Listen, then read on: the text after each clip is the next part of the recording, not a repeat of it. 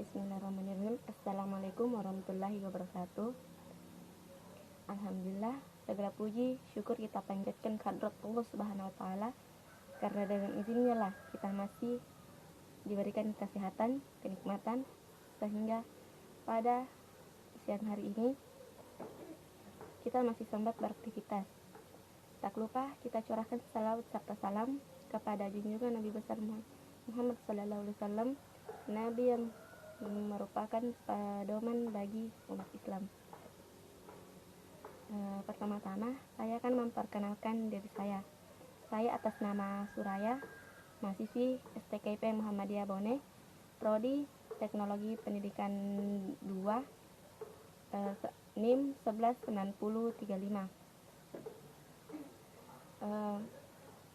Baik, di sini saya akan memaparkan 4 materi. Materi yang pertama yaitu berjudul pendidikan dan keda-keda sosial. Materi kedua yaitu kelompok sosial. Materi ketiga lembaga-lembaga sosial, dan materi terakhir kepribadian guru. Tugas ini diberikan sebagai mid semester 2 atas nama Ibu Dosen Andi Hajar, SPDI, MPDI, mahasiswi kedokteran UIN Makassar, pada mata kuliah Sosiologi Pendidikan. Baik, di sini saya akan membahas materi pertama dengan judul pendidikan dan keda sosial. Yang harus kita ketahui terlebih dahulu yaitu pendidikan. Apa itu pendidikan dan apa itu keda sosial? Pendidikan merupakan suatu pembelajaran, pengetahuan, serta kebiasaan yang dilakukan seseorang secara turun-temurun dari generasi ke generasi berikutnya. Pendidikan ini melalui pengajaran, pelatihan, serta penelitian.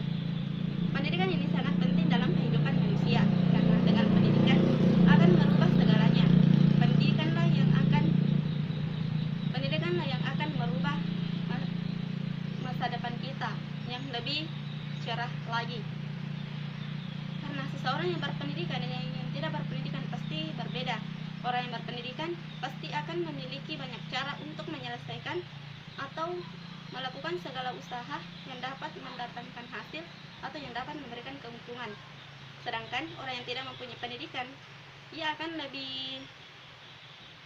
lebih merasa kesulitan karena tidak memiliki pedoman untuk panutan yang akan ia kerjakan.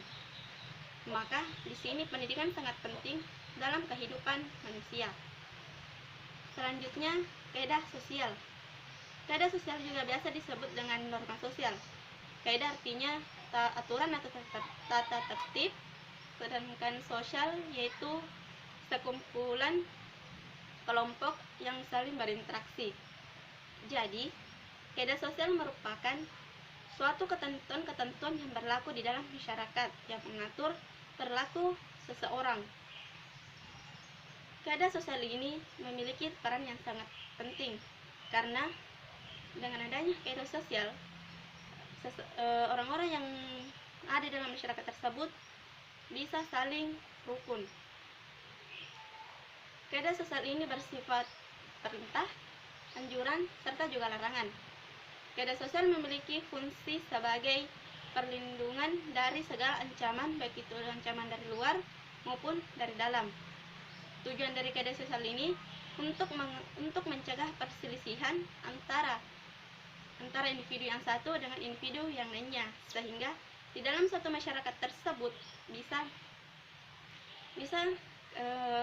damai, tentram,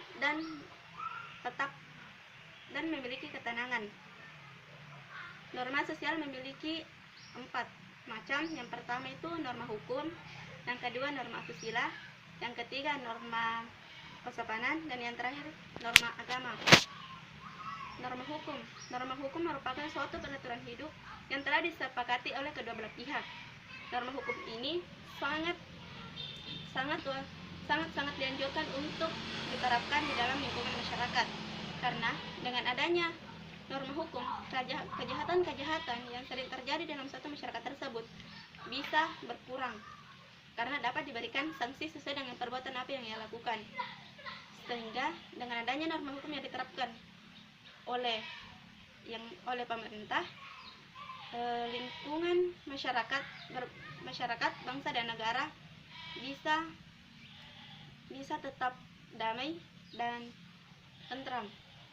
Yang kedua, norma asusila. Norma asusila merupakan norma yang terlahir dari diri kita sendiri. Norma asusila ini bisa bersifat positif maupun dapat bersifat negatif. Contoh dari norma asusila yang bersifat positif seperti berbuat baik terhadap sesama, saling tolong menolong, ikut bergotong royong. Sedangkan dari sisi negatifnya seperti mencuri, melakukan kejahatan, membunuh, atau yang dapat merugikan orang lain. Yang ketiga yaitu norma kesopanan. Norma kesopanan merupakan juga peraturan hidup yang berlaku di dalam masyarakat. Norma kesopanan terlahir juga dari dalam diri kita sendiri, karena norma kesopanan dapat juga bersifat positif dan negatif.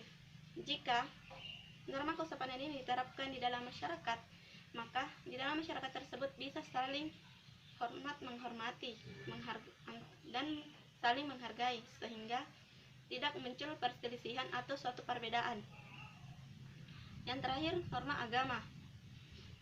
Norma agama merupakan norma yang mengatur tentang manusia dengan Tuhannya, sehingga orang-orang tetap bisa menjalankan tugasnya sebagai hamba. Jadi norma agama sangat penting diterapkan dalam lingkungan masyarakat tersebut. Itulah tadi materi pertama dengan judul sosiologi, dengan judul pendidikan dan kode-kode sosial. Selanjutnya saya akan melanjutkan materi kedua saya akan melanjutkan penjelasan saya, yaitu materi kedua tentang kelompok sosial. Yang pertama, kita juga harus mengetahui apa itu kelompok sosial. Kelompok sosial merupakan suatu interaksi dari individu antara individu yang satu dengan individu yang lainnya.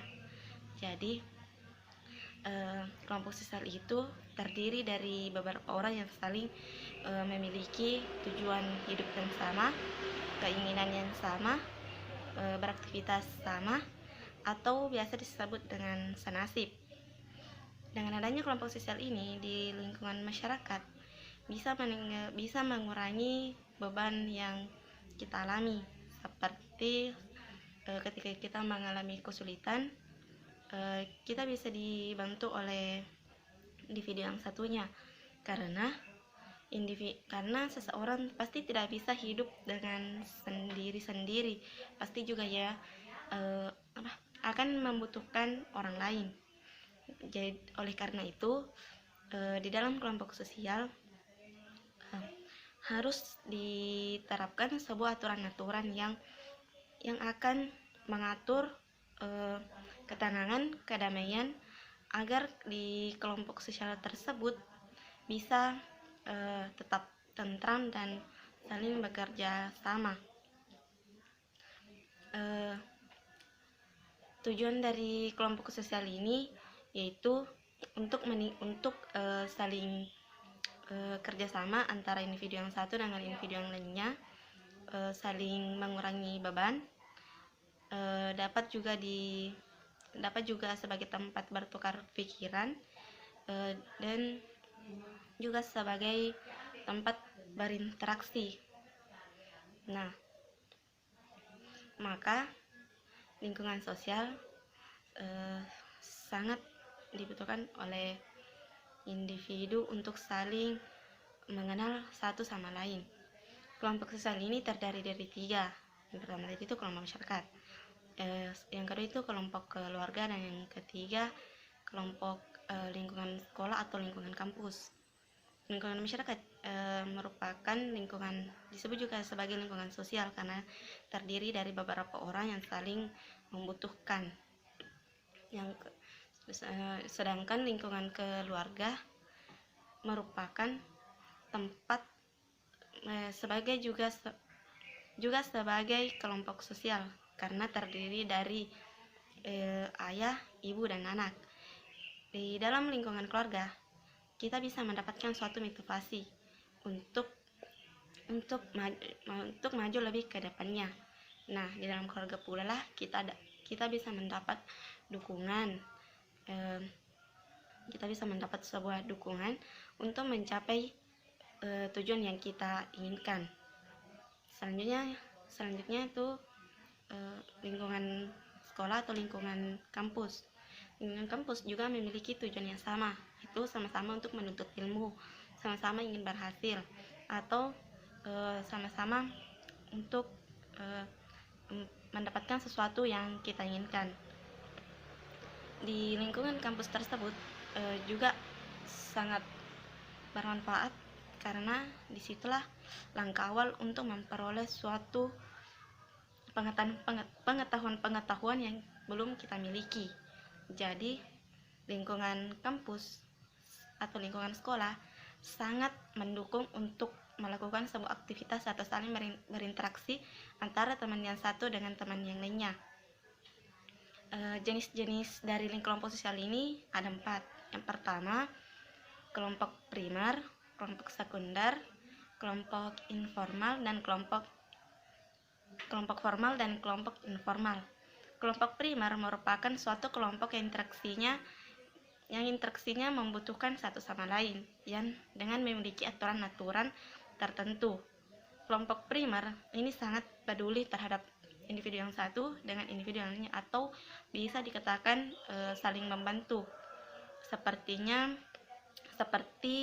contoh dari kelompok primer itu yaitu mempunyai suatu kepercayaan yang sama atau memiliki suatu agama yang sama. Nah, yang kedua itu kelompok sekunder. Kelompok sekunder jenis interaksinya tidak terlalu berhubungan atau tidak dengan kekeluargaan, tetapi kelompok sekunder ini memiliki kegiatan atau tujuan yang berbeda-beda, tidak bersifat hubungan erat seperti kelompok primer. Kelompok sekunder contohnya partai politik.